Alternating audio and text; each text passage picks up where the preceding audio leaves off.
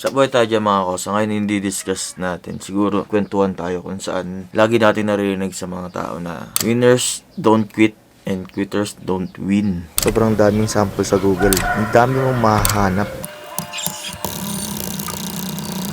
Para sa akin kasi naging mindset ko siya dati. Pag may sinubukan akong bagay, gagawin ko na yan hanggang tuloy-tuloy na. Hanggang sa lugi ka na. Sa oras, sa pagod, sa pera na ginastos mo para sa isang bagay na yan.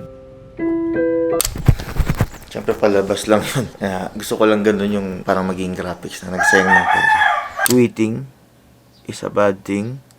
Sa feeling nyo ba, totoo ba yun? Quit. Napakadami ng video about quitting.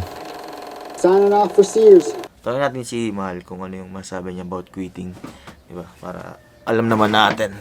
Bali, winners don't quit and quitters never win. Ano masabi mo dun? Sa akin, hindi ako naniniwala sa quotation na yun. So, hindi siya one size fit all quotation? Kung ibabase sa, yung parang mga past experience ko. Siguro sa relationship. Kunyari, toxic na yung isang relationship, di ba? Alangan na mag-hold on ka pa dun. Siyempre, kailangan mo nang i-let go. Toxic na nga di ba? So, mag-quit ka na dun. Hanggang dun na lang yun. Yun. Kaya hindi ka masabing loser, no? Hindi Kasi ako nag-quit ka sa toxic relationship. ibig sabihin nga yun, Mas winner ka pa. Strong ka nun. Winner ka nun. So, parang hindi akma sa akin yung quotation. Yun lang naman. Simple as that. Ngayon, nag-edit na ako ng video. Tutuloy ko lang yung sinabi ni Wanda doon, ni Mahal. Kasi naputol. Marami pa siya nang i-explain doon. Kaso lang, makulit na yung dalawa si Aiza at si Lu. Ngayon, i-explain niya rin sa akin yung about quitting sa job niya. Hindi naman siya ganun ka-toxic. Pero, namili siya between sa job niya o alagaan niya ako yung panahon na may injury ako sa kamay. Kaya yun, hindi namin na-videoan kasi ang kulit na yung dalawa talaga. Balik naman tayo sa akin about quitting ko naman. Ito. Kasi na-videoan ko rin Balikan natin ha. Siguro sa akin sa personal experience ko. Kung hindi ako nag-quit dati, hindi siguro ako nag-vlog ngayon. Ano yung kinwit ko dati, sinuko ko dati para patuloy ang buhay. Sinuko ko yung marriage ko. Siguro discuss natin sa susunod na mga paraan pa. So, kung tinuloy ko yun, yung bad experience ko dun, siguro hindi ako kung ano ko ngayon, kung hindi ako masaya. Siguro, pwede masaya kasi mindset ko naman, happiness is a choice. So, pili mo lagi maging masaya. So, pero sa decision na to, nag-quit ako sa marriage ko. Na nag-cause sa akin ng kakaibang bagay. Maraming bagay nangyari sa akin.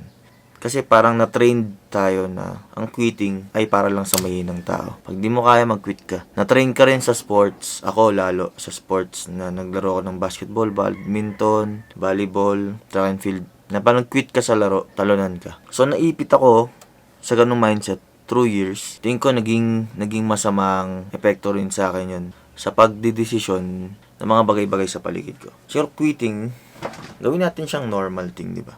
Totoo lang, quitting parang parang naging mo siya, naging ego prison mo siya, kung saan, pag nag-quit ako, mali, talo ako, hindi nag-quit yung mga taong nagsasucceed. So, dapat ayusin natin yon yung quitting na yun, na salita, na hindi siya bad thing, na ang quitting talaga, minsan yun yung dapat gawin. Yun yung dapat natin gawin para magpatuloy sa buhay, para maging mas maayos yung buhay natin. Kasi pag ginawa natin na ang quitting ay masamang bagay o para sa mahinang tao, kung yung peace of mind mo yung nagsasuffer doing things na hindi ka nag-quit, siguro mali na yan. Maraming bagay na pasok naman siguro yung winners don't quit and quitters don't win, pero hindi siya pasok sa lahat. Hindi siya one size fit all na quotation, di ba? Tingin ko ganun, that parang isipin natin na parang quitting isn't bad, it's just ego that if you quit, you are a loser.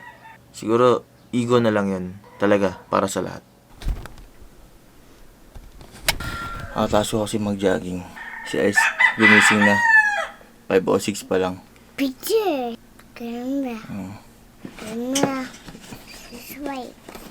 Gawa lang ng gawa para may babalikan. Hanggang dito na lang mga kosa. Sana may natutunan kayo. Sana may nagustuhan kayo. Kung anong gusto nyo i-discuss tungkol sa buhay namin, comment lang kayo tapos gawan ko lang paraan para magawa ng schedule para gawa ng video.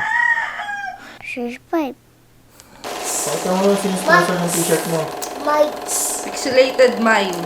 Sponsor ng Pixelated Mind. Thank you sa sponsorship. Pati yung design sa likod.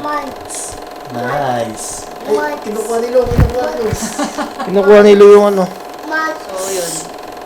Yung peace of mind mo yung nagsasuffer through